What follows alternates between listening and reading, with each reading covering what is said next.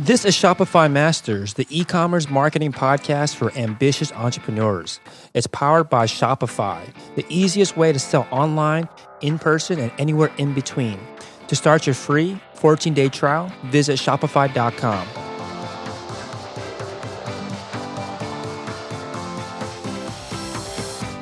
Hey entrepreneurs, my name is Felix and I'm the host of the Shopify Masters podcast. Each week we put out podcast interviews with successful e-commerce entrepreneurs or experts to give you inspiration, motivation, and actionable tips to increase your traffic and sales so your store can generate the sales you need to live the life you want. On the last episode, you learned how airtailor.com uses conversational commerce to sell via text message. On today's podcast, you'll learn from an entrepreneur that tested the market with a splash page and very quickly pre-sold 500 products. In this episode, you'll learn how to use a splash page to validate the market, what to do when you're not able to fulfill pre-orders in time, and the cash flow issues and how to handle them when you're scaling up. Today, I'm joined by Taran Lazagoop from KnoxLabs.com. That's KNOXLABS.com. Knox Labs sells virtual reality viewers to turn your smartphone into an immersive virtual reality engine. It was started in 2014 and based out of Los Angeles, California. Welcome. Hey, Felix. How's it going? Good. So I'm excited to have you on. So tell us a little bit more about your store and what is the product that you sell? We manufacture mobile headsets that work with your smartphone, mobile virtual reality headsets, coupled with an app. It essentially turns your phone into a 360-degree immersive machine. So we've all had these in our pockets all this time. Now with the right app and with the right lenses, it's possible to be more immersed into the story. So it's a new medium of telling stories. Yeah, I definitely see a lot more companies kind of investing in this technology, like Facebook and YouTube, start introducing all those kind of 360 views. So I think it's a very kind of fast-moving industry. So how did you get into it? Like, were you always working in VR? Like, what was your background? So I graduated with electrical engineering and math, but never really did any work in any of those fields. Afterwards, I quit. Well, not too quickly. Took me a year to fail a previous startup. It was like more of a Craigslist and project management tool for filmmakers. My friend was a filmmaker, and he needed a tool like that to find other filmmakers around him and collaborate. So built that. That failed very awesomely. So, and then I was watching the Google I/O in 2014. They gave out these cardboard headsets to all the developers at the I/O. So I thought that was pretty cool. So I just took a screenshot of a few of it, quickly made a simple splash page saying, "Hey, you can pre-order yours from here." And I was just banking on the day's traffic, so didn't really do much SEO or anything. It was just a fun experiment, and then ended up having 500 pre-orders. I was like, okay. Wow. So I want to talk about this for a second. So you launched a startup previously, it failed, and then you were at this Google conference that unveiled their new, technology with VR, and they had these cardboard, literally made out of cardboard headsets that you could buy, and basically, can you describe how it works? Like, how does the cardboard work with your phone to create an immersive, VR experience? So what happens is, your eyes see the world in at different angles. So an app on the phone splits the environment. It tries to mimic how your eyes see the world. So you get a stereoscopic vision in a sense. So you get the same image on opposite sides of the screen. One is a bit off by the certain angle that your eyes are off. So what the glasses does is at a certain focal length, with specifically engineered lenses, you can get these images to superimpose on top of each other. So that's how you get the immersive experience. for 3D content already existing. So you could take, for example, games that already exist that are already built in a 3D environment and push this to be stereoscopic. But for content like real life content like pictures and videos, this has to be shot again with multiple cameras. So, for example, like a regularly used rig is a GoPro, 6 GoPros in a ball form. So each one filming for each of the angles. So you had to shoot the content in a specific way. You had to create the content in a specific way for you to be able to use I guess, to be able to be used in a virtual reality kind of headset. That makes a lot of sense. So when you are, so just kind of to describe the product a little bit more, it's like a cardboard headset, obviously put it over your eyes and you put your phone into a slot, open up the app, or I guess maybe open up YouTube or whatever other apps are out there. And basically through the lenses and the setup of the headgear and the placement of the smartphone, you're basically able to experience like being in that actual room or wherever the video is being shot. You could turn around and it'll basically look like you're turning around inside that video as well. Is that a good way of describing it? Yeah, that's exactly. That's pretty awesome. Like few more improvements upon is adding like a conductive button for you, so you can interact with the screen while the phone is inside the unit. So you don't have to stick your finger inside and tap the screen. Yeah, it's one of those products that you really have to try to really understand it, because I heard about this kind of technology before, but kind of shrugged it off because, I've heard about all the VR stuff in the past. And even when I was a kid, like, many years ago, VR, quote unquote, virtual reality stuff existed already. So I thought this was something like that as well. But once I tried it for the first time, not exactly your product. Maybe it was specifically or it came from Google or somebody, a friend basically let me try it on, and it was an amazing experience. I think still has some ways to go, but I think just where it's at today, I think it's worth trying out or maybe even buying one of these cardboard devices that you have. So you said that you saw this at a conference. It was almost like right time, right place for you. I was at home. Yeah. Yeah. Okay. You're home. You saw the video, the announcement. You set up a splash page that they just had the your own mock-up or your own designs of the cardboard headgear. Like what did you put on the splash page? No, it was just a screenshot of Google's. Wow. So since they weren't selling that, and it was like few hours like after the I/O. It was a hot trending topic. So it was just exactly Google's products until I started making my own. Until like I had to learn how to make cut cardboards. Okay, so you set up a splash page, and you said that you didn't even invest any time into driving traffic to it. Like obviously, it was just brand new splash page, so there wasn't any SEO, I guess, benefits or any way you can invest in SEO. Anyway, because it takes some time. So how did you get actual traffic to get 500 pre-orders on a splash page that just had a screenshot?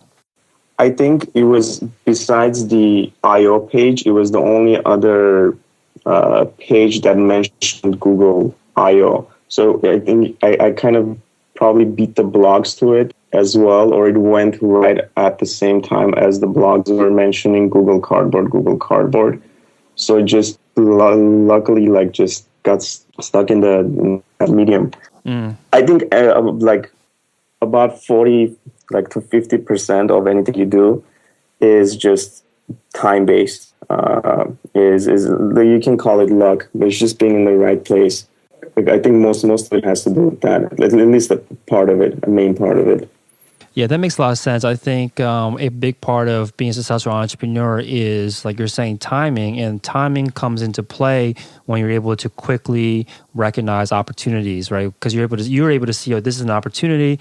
Let me just do some low effort thing by creating a splash page and then seeing what happened. I'm assuming at that time, before you put up the splash page, before the 500 pre-orders, you didn't think that it was going to take off, but you're just going to kind of test the market. And I like this approach of putting up a splash page and then seeing how many people are ready to pay you for it. So talk to us a little bit about setting this up, because I think other listeners might want to do something similar if they're just thinking about starting a store for the first time, or maybe they have a store but are thinking about launching another product or product line and are thinking about testing the market using a splash page. So maybe we'll start off with, did you use a specific app or service to create this splash page? So I actually used Shopify. To make it, or I used Shopify, but I knew a bit of HTML, so I customized it a little using another webflow.com. That was a help in customizing a certain, so I used a template on Shopify, but modified it using Webflow to give it more of the look that I wanted. Mm-hmm. Those, without those, it would have been impossible to do it within few hours, So the great online tools that made it possible. And then the exciting part was coming up with the name. And I felt that it was going to work. And I wanted a name that did not have to be specific to the product. I've always felt myself as a not hacker, but just someone always messing around, curious. So I've always liked the name Labs. Like a mad scientist working on little projects here and there. Just just having fun. I've got always that always boils down to that. You gotta have fun whatever you're doing. Right. So I didn't. The name came from that. So to have I wanted for it to grow, and it had to be embedded in the name as well. So it's not limited to a specific product. Right. You wanted to create a brand that you could, launch this product successfully, but then not be pigeonholed into just creating this particular product. You want to be able to open the doors. I think that's a great point to keep in mind, is that if you have a vision for your brand being, kind of envision your brand, what it'll be like in 5 years or maybe 10 years, and set up yourself up so you don't get pigeonholed into that. Because I've talked to other entrepreneurs on this podcast just recently, actually, about how they had to rebrand. And it's definitely not an easy process to go through, especially if you built up a lot of success, built up a lot of customers already that are used to seeing you a certain way.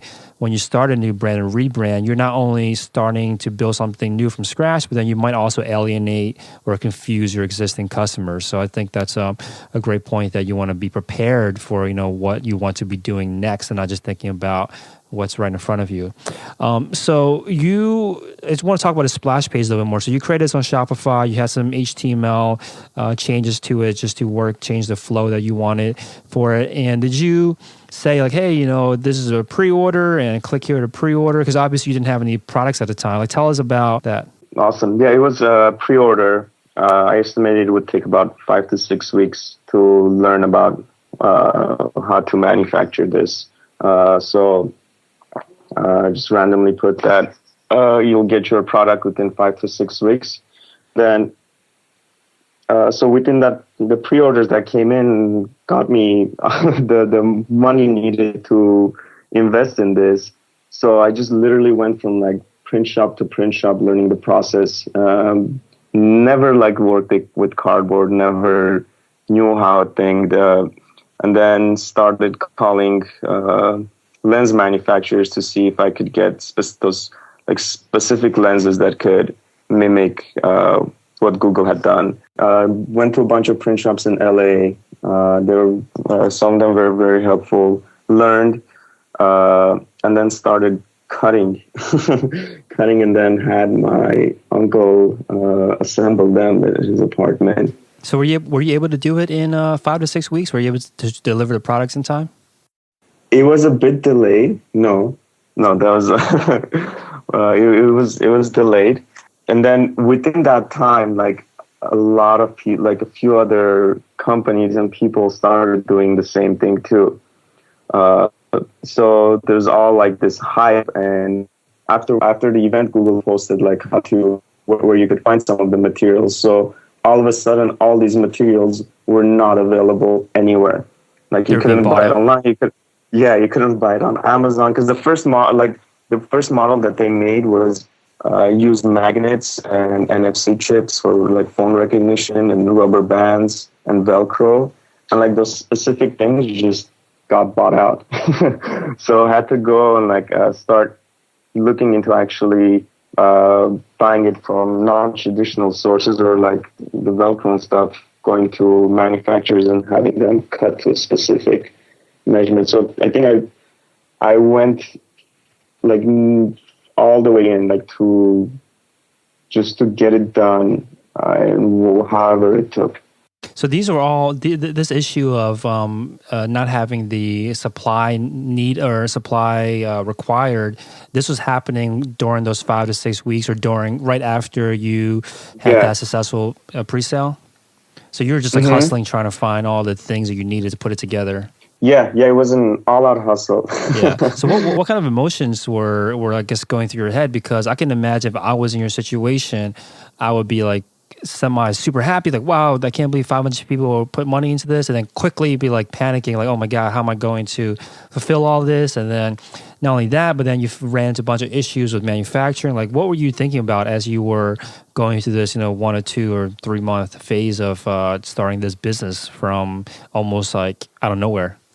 It's like looking back, it's always you always remember the happy stuff. Like it was a fun run. Most of it was obviously those setbacks were emotionally straining, but just the curiosity and like just getting it done just made all those negative feelings go away. Just making a tangible product out of an idea or someone else's idea in the beginning was what was driving it. So it was. I do remember stressful times. Like I called this like German company who had the lenses, and they said they were exclusively selling to someone else, and so that was a very like bad downtime. But just the passion of it. That's why, like, coming back to your point on what you should do and how you should do it is always like, I think like it just has to come from within. Like you have to feel with one. You have to feel one with whatever you're doing. In a sense, like not necessarily the specific product, but the line of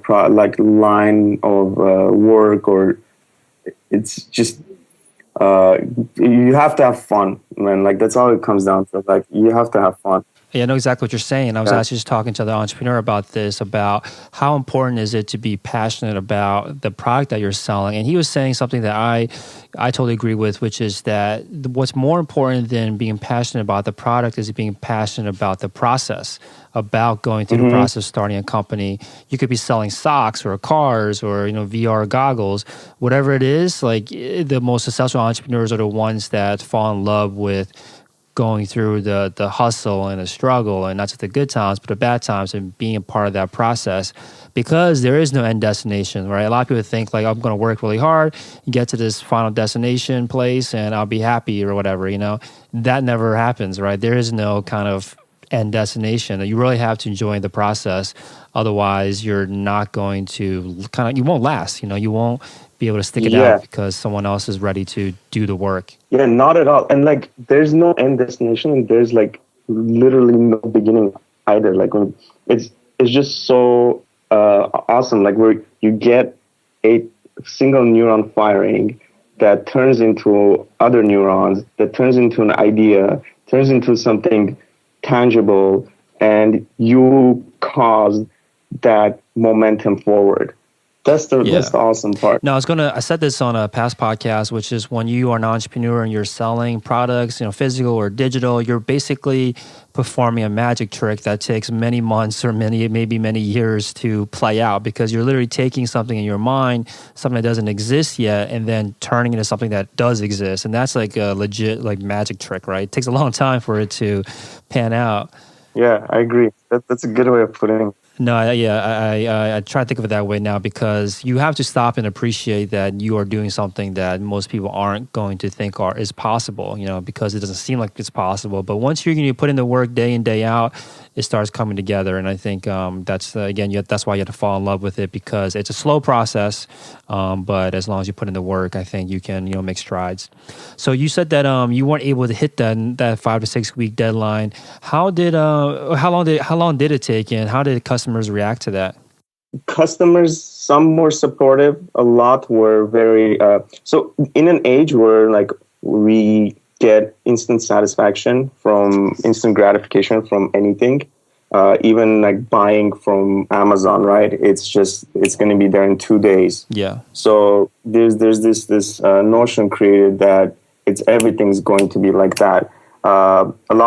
So initially it was pretty tough, like not meeting that. It was very negative. Like people that did understand it were very supportive, that did understand the process, that it's just one person from nothing.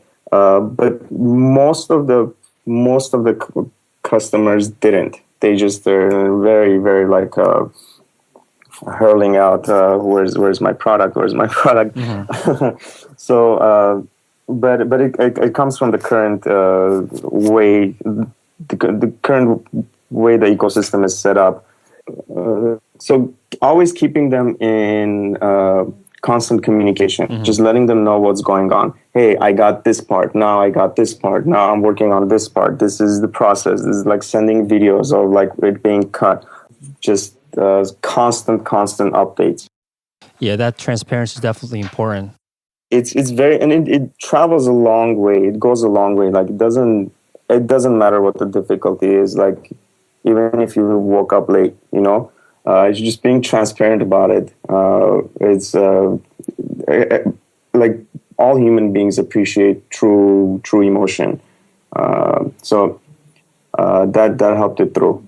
Yeah, that's what I've heard too with Kickstarter campaigns, where probably 90% of them don't get delivered on time, but the ones that have happy customers are the ones that are super transparent and tell them about what goes into it, and the struggles, and like why things are delayed, or what the kind of small wins, like you're talking about, how I got this part, got that part.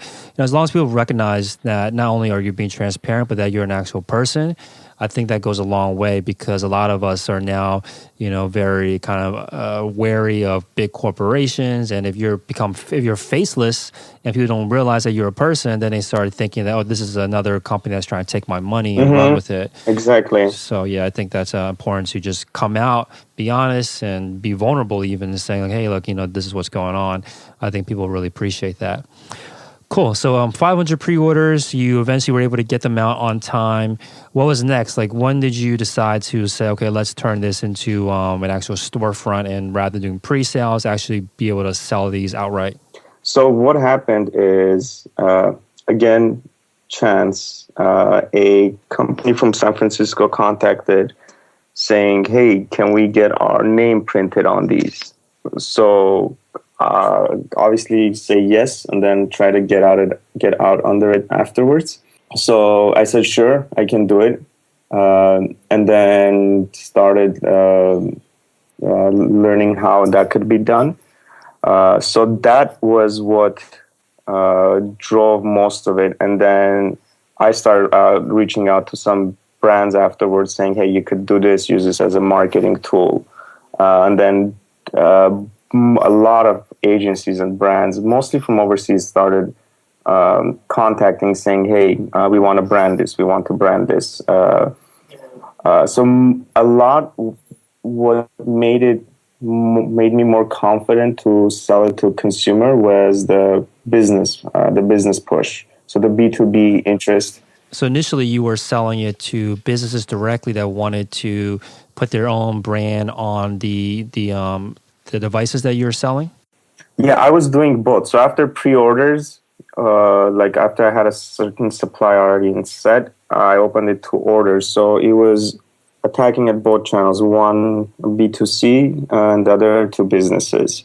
But the businesses, so the problem was like any other medium is it's a very chicken and egg problem, right? So you had these viewers, but you had no content. And in order to drive people to make more content, you need more viewers to be on the market. So someone had to take the bait in ensuring both directions are covered. So those were these advertising agencies. So I remember like I was watching Mad Men, and it was just reminiscing of those times. Like it felt like although I wasn't born in the 60s, born like late 80s. It felt like it was just like that advertising era. Like it was pretty cool. So so what they did is they went and they put a lot of money into producing content for their brands, which is as a brand, you want something cool, something innovative to always be on the cutting edge. So me presenting this and Google presenting this avenue for it turned out to be a new avenue for marketing. No one knew it at the time, but it just randomly started going in that direction. Like it's just the momentum just took it that way. I want to pause here. So you said that you're basically saying that the advertisers were the first ones to jump onto this, I guess, train where you have to not only create the content, but then also create content that will attract viewers. So how did you know to work with these advertisers? Because it sounds like the advertisers are the ones that are going to be the first movers on pushing this virtual reality, I guess, technology. How did you know to reach out to them, or did they reach out to you to sell these goggles? Most came out to me because, again, it was the only one online at the time that seemed legit. It seemed like the website made it look like it was a company, not just a single person. It was in the beginning. It was a monopoly in a sense of where they could find someone that could brand these or had the supplies to make these, because after the initial forego, Google didn't know what was going to happen. It was just some fun project they did. So they weren't going to open it. They weren't interested in doing like branding or anything like that related to it. So mostly it was the due diligence of agencies staying on top of new innovative technologies coming out. Okay, so what is it like working with other businesses like this to personalize or customize your product?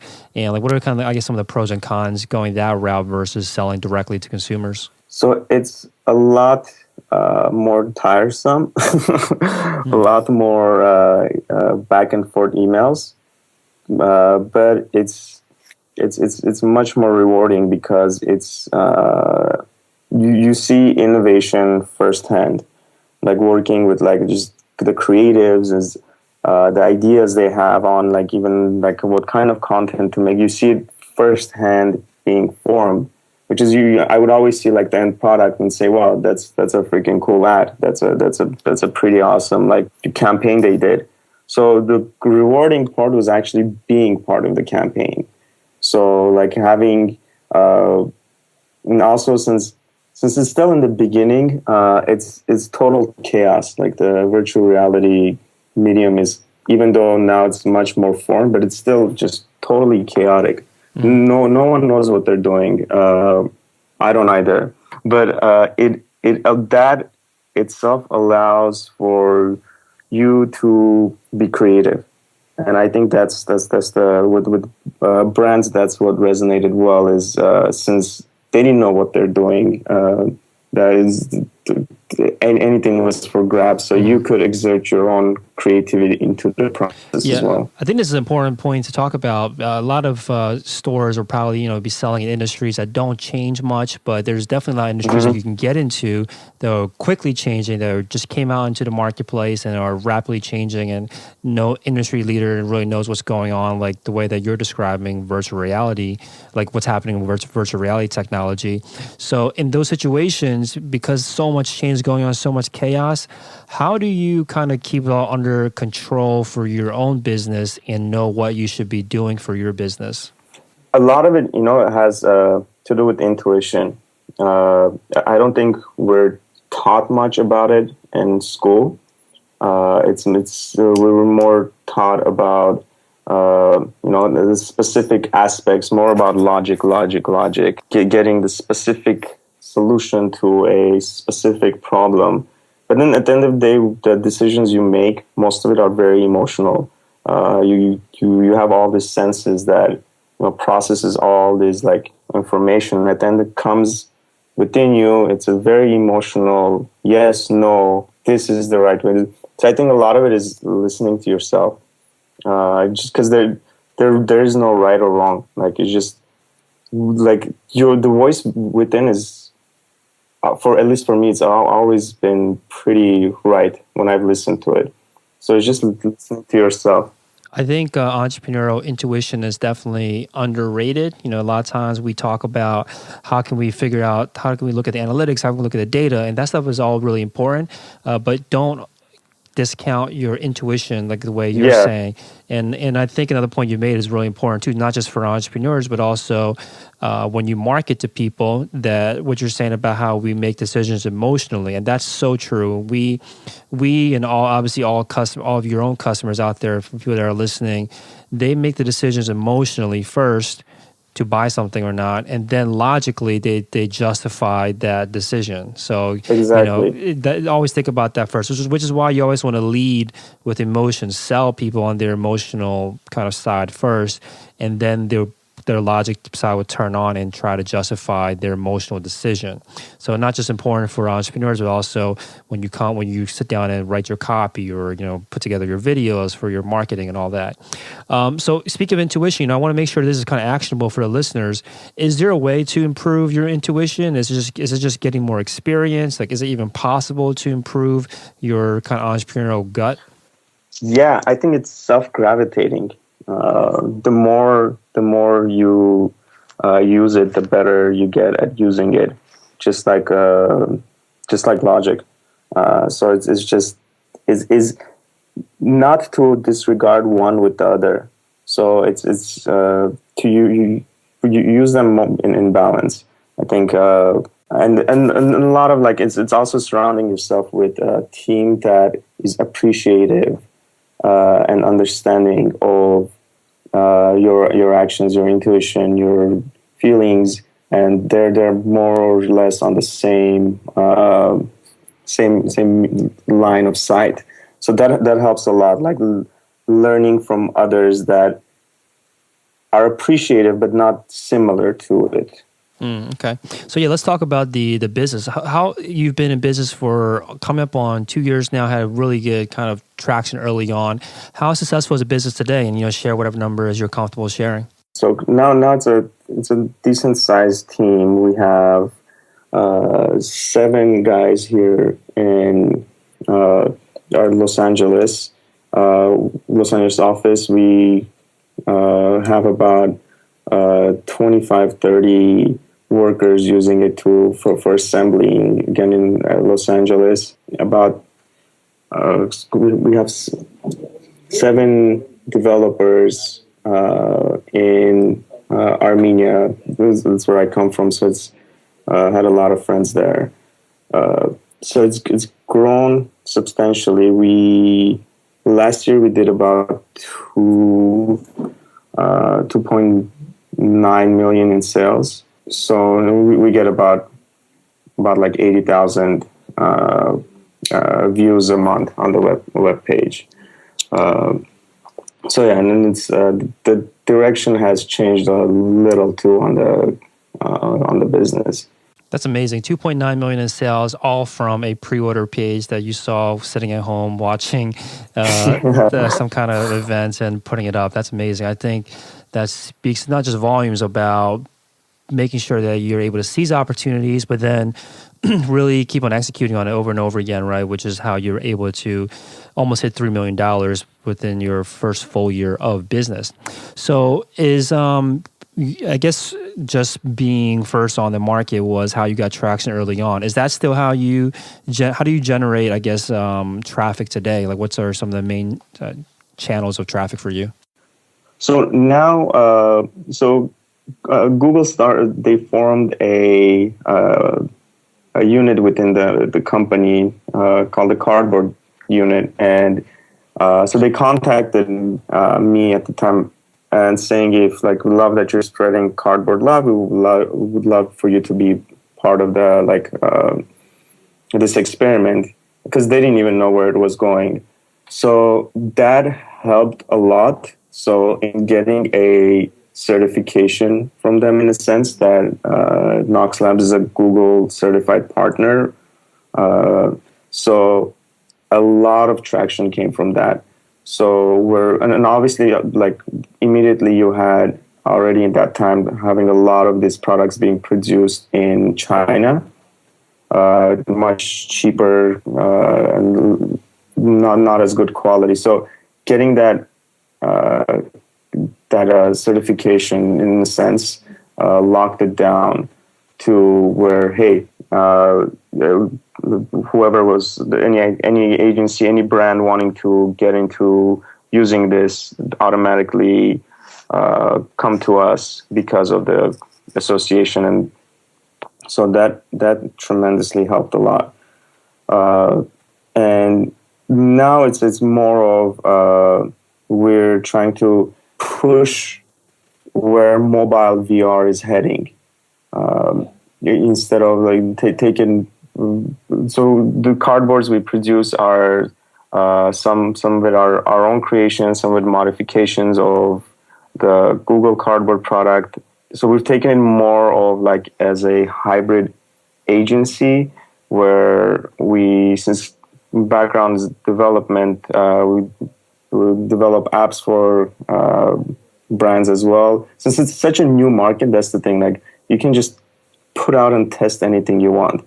Like the client would come saying they want to brand these cardboards, but they were also looking for like someone to do an app for them. And since it's a VR app, it's such like new stuff. Like no one knows how to do it. It's capitalizing on those.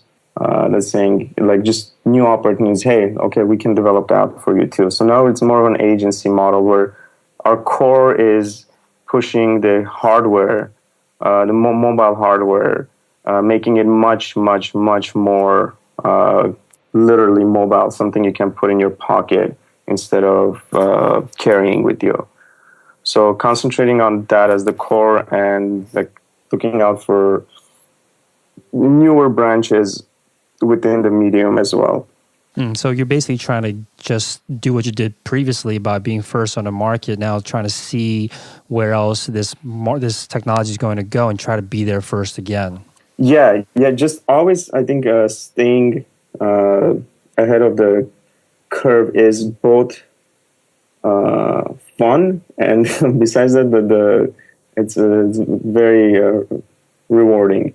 So you end up, what happens is you only end up listening to your own creativity and not looking at not following any other competition. And I think that's very important on how it, because unique ideas, unique things always come from places where they have not been tainted, in a sense, or not been exposed to stuff that is similar. So it's very important to do that, to I think to stay ahead, to always try to redefine it. Yeah.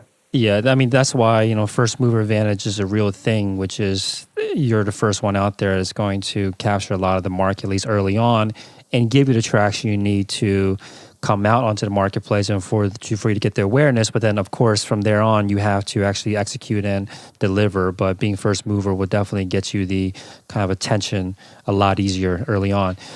So I want to talk about a couple of things I think that you have a unique perspective on. The first one is about scaling, because you went from not much to 2.9 million in sales in 2015, 7 employees in LA, 25 to 30 that are assembling your products, 7 developers in Armenia.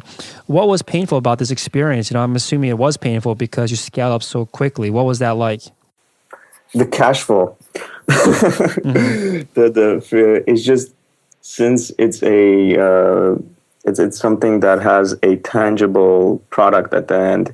What would happen? And the working with bigger brands is always net 30, net 45. So you have to do the work and then get paid. So cash flow was just the main issue, and it always is. At least now we're still bootstrapped, but it's just one day you're good, and the next week you're almost like hitting zero in the bank account. Yeah, I've heard this situation about, people always say, oh, that's a good problem to have, but it's still a problem, right? No, man, yeah, it's stressful, dude. It's still a stressful problem to have, so it's not, you can't really discount it. So what do you do to solve this? I'm assuming other people listening out there might not be scaling as quickly as you are, but also run into this cash flow issue. Like, what are some ways, other than, I guess, the most obvious way, which is to raise funding? Are there other ways to work around or manage the cash flow issue? Yeah, what we did is we used this service called, I think it was Blue Vine. They loan you out the money based on a contract that you have with whoever you're working with. So let's say we're doing a project for Google, we would show the contract or the PO that we have with Google, and so they would loan you money out for the amount of the PO, like up to like 100, I think 150K. So basically you get paid before, and they took a very small percentage. So it was very, very helpful, actually, instead of like taking a loan from a bank or. Okay. So you're basically paying a little bit of money to change net 30 down to net zero or whatever immediate payment is. Okay, that makes a lot of sense. I didn't know that existed, but bluevine.com, it looks like at the website that you or the other listeners can check out if you are right into this issue. So I know that you're also on Amazon. Tell us a little bit about that experience. Like how has it been selling on Amazon? Amazon has been interesting. Here's the thing. People usually, when they find a product, they end up searching for it on Amazon as well because of the ease of buying it. So it could either hurt you or help you because of the percentage that Amazon takes. And so you're, in essence, competing with yourself through it. So for us, it's been okay. It's been an awesome, awesome side income as well. But mostly it's been through mainly the Shopify side. But again, people buy it from Amazon because of the ease of just the Prime delivery. So hey, like it's about the same price, but I guarantee we'll get it in 2 days. That's interesting about how it could cannibalize your sales. Have you been able to kind of see that, like in the numbers? That it did, yeah. At one point, it did, because the price that we were giving it to them was at a bulk discounted price, right? And what we were selling at, essentially, whatever profit Amazon made in selling those, like, didn't make sense. We were like coming out almost at cost, just selling this to Amazon for them to sell it to us at bulk. So at that point, it did sort of bite into the business a bit. So what you can do in that sense is either renegotiate with Amazon, or have them low. So what we did is we luckily at the point we started like a new manufacturing process, so we could lower costs a bit. So we lowered it on our site, which brought business back to it. So it was competing with ourselves. Amazon can be good or bad, but I think you should. It gives it credibility being on Amazon from that delivery factor. I see. So just overall, though, it has been beneficial for the business just because of, like you were saying, credibility, being on Amazon. You guys have the reviews on there as well. Yeah, reviews. Yeah, they do. People trust reviews on Amazon because it's honest. It gives that transparency, what we were talking about before. It's very just innately people trust reviews on Amazon. So definitely helps from the review factor as well. I would suggest being on Amazon as well. Yeah, makes sense. Cool. So in terms of running the store itself, do you have any favorite tools or apps that you as a company use, or any specific Shopify apps that you use to help run the business?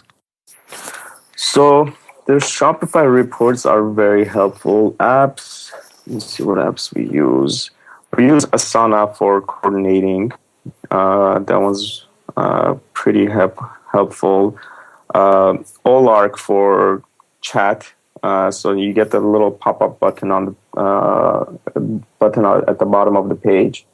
So quickly, it brings a vote of confidence when someone can contact the site like quickly without having to click an email link, So Olark helps a lot.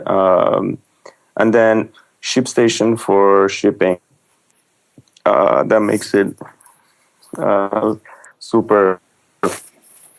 It links it with the ShipStation site, which makes shipping much easier. So we use those. I think those are we've used like some here and there to like modify products, like custom order, like order entry and management apps. Yeah, I think those are the main ones we've used. Awesome. Cool. So thanks so much for coming on, Tehran. So knoxlabs.com, KNOXLABS.com is the website. Anywhere else you recommend our listeners check out if they want to follow along with more of what you're up to, what the company's up to? If you search Get Cardboard, that's a pretty cool place on a Google website that tells a lot about the mobile VR industry. So I think that'd be pretty interesting. Awesome. So knoxlabs.com, again, is a store if you guys want to check it out or potentially buy one of these products. Again, thanks so much for coming on. Thank you so much, Felix.